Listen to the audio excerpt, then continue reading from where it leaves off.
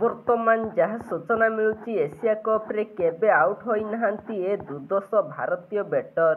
ତେବେ ସୂଚନା ଅନୁସାରେ ଏଥର ଏସିଆ କପ୍ 2025 ଟି-20 ଫର୍ମାଟରେ ଖେଳାଯିବ।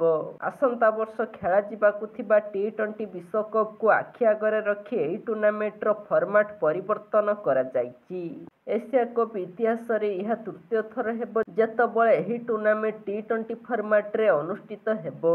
ଟି-20 ଫର୍ମାଟର ଏସିଆ କପ୍ରେ କିଛି ଖେଳାଳି ଅଛନ୍ତି ଯେଉଁମାନେ କେବେ ଆଉଟ୍ ହୋଇନାହାନ୍ତି।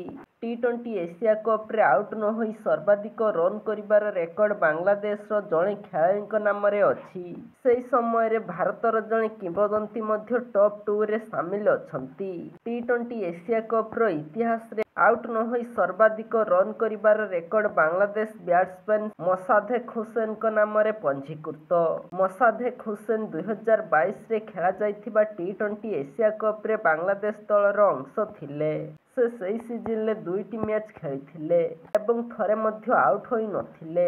ସେହି ସମୟ ମଧ୍ୟରେ ସେ 180.00 ଷ୍ଟ୍ରାଇକ୍ ରେଟ୍ରେ 72 ରନ୍ କରିଥିଲେ, ଯାହା ଏହି ଟୁର୍ଣ୍ଣାମେଣ୍ଟର ଏକ ଅନନ୍ୟ ରେକର୍ଡ। ତଥାପି ମୋସାଦେକ୍ ହୁସେନ 2022 ମସିହାରୁ ବାଂଲାଦେଶ ଦଳରୁ ବାହାରେ ଅଛନ୍ତି। ପୂର୍ବତନ ଭାରତୀୟ ଅଧିନାୟକ ଏମ୍ଏସ୍ ଧୋନି ମଧ୍ୟ ଏହି ତାଲିକାରେ ସାମିଲ ଅଛନ୍ତି। ଧୋନି 2016ରେ ଖେଳାଯାଇଥିବା ଟି-20 ଏସିଆ କପ୍ର ଅଂଶ ଥିଲେ। ତାହାପରେ ଧୋନି 5ଟି ମ୍ୟାଚ୍ ଖେଳିଥିଲେ ଏବଂ 4 ଥର ବ୍ୟାଟିଂ କରିବାର ସୁଯୋଗ ପାଇଥିଲେ। ଏହି ସମୟ ମଧ୍ୟରେ ଧୋନି ପ୍ରତ୍ୟେକ ଥର ଅପରାଜିତ ଭାବରେ ପାଭିଲିୟନ୍ ଫେରିଥିଲେ। ଏମ୍ଏସ୍ ଧୋନି ଟି-20 ଏସିଆ କପ୍ରେ ଆଉଟ୍ ନ ହୋଇ 42 ରନ୍ କରିଛନ୍ତି।